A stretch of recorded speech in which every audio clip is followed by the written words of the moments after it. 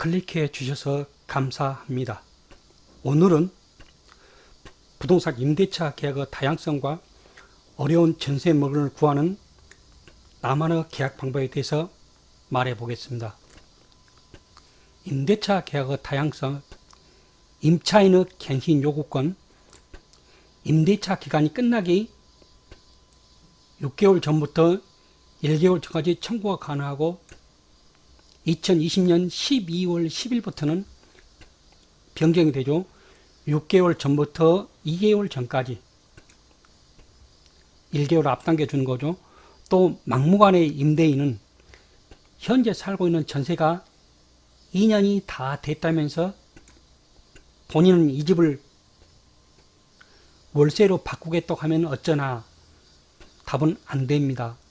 임차인 내가 허락을 해야 되지만은 허락할 리는 없으니까요.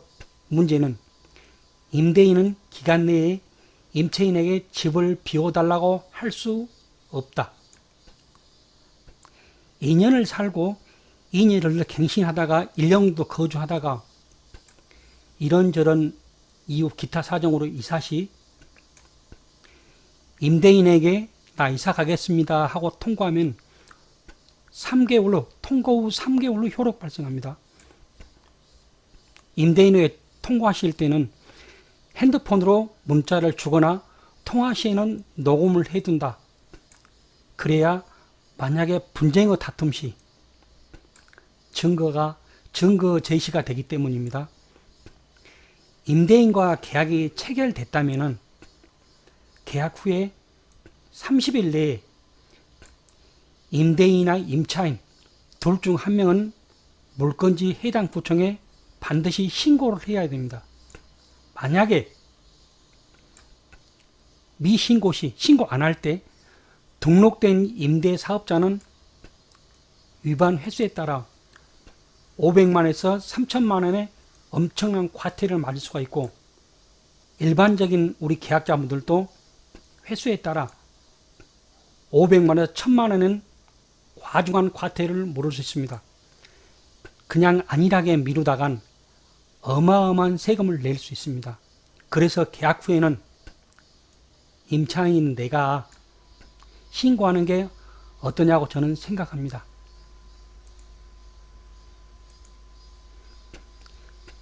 임대인이 들어가 살 수 있는 경우 첫 번째, 임대인 부부가 무자식 실제 실거주하는 경우입니다. 실거주. 두 번째, 대부분이 임대인이라면 집은 두 채 이상 보유하니까 전세든 월세든 세를 놓습니다. 여기서 임대인들이 기존에 살고 있는 집을 전세든 월세든 주고 현재 임대 준 집을 실거주한다면 우리 임차인들은 속수무책으로 당할 수밖에 없겠죠. 그리고 세 번째는 여기서 월세는 논하지 않습니다. 왜냐하면 월세는 새로운 임대차 적용을 해도 월세 내기 벅차는 요즘 세상이니까요.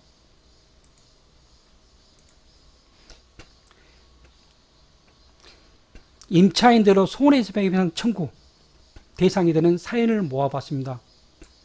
먼저 정부는 계약 갱신을 거부한 임대인 실거주 사실을 쉽게 확인할 수 있는 방법을 향후 2년간 확정일자와 전입신고 정보를 다양한 사이트를 통해서 알 수 있다. 첫 번째 손해배상 청구 대상이 되는 것은 임대인 부부가 거주 중 이런저런 이유로 분리해서 혼자 사는 경우.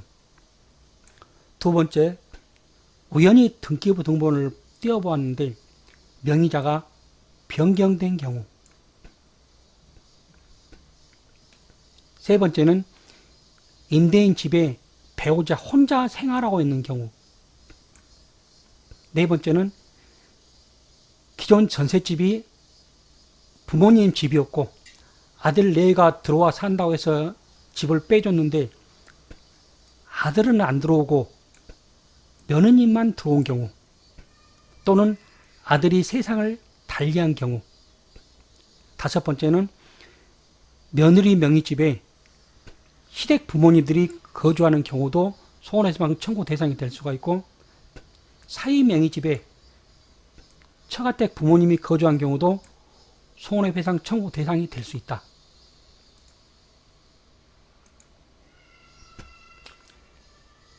지금부터는 전세를 넣는 나대로 꿀팁에 대해서 말해보겠습니다.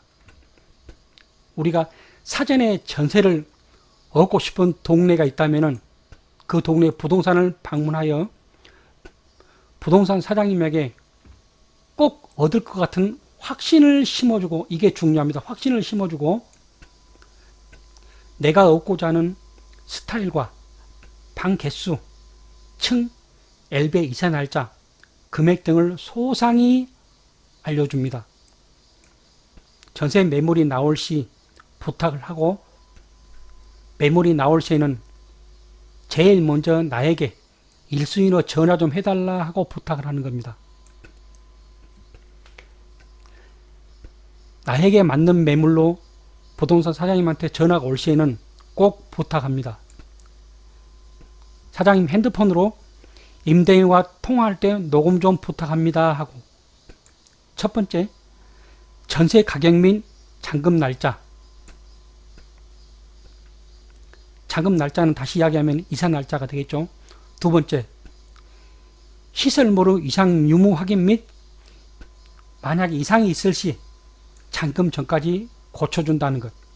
세 번째는 법률적인 부분과 용자의 유무 확인과 만약에 있을 시 잔금 시 말소 등기한다는 것을 특약으로 정한다.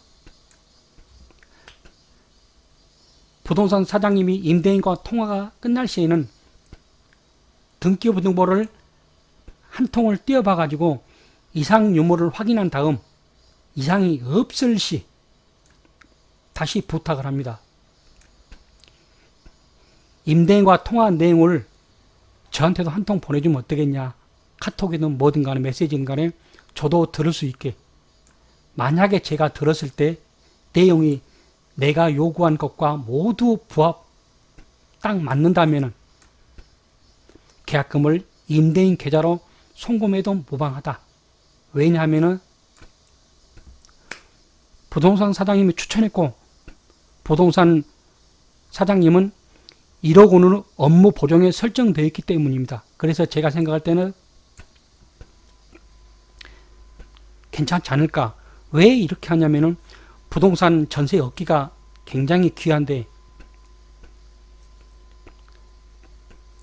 내 사적인 일을 보고 부동산을 방문했을 때 남들이 계약을 할 수 있기 때문에 저는 이런 식으로 얻으면 좋지 않을까 해서 추천해 드리는 겁니다.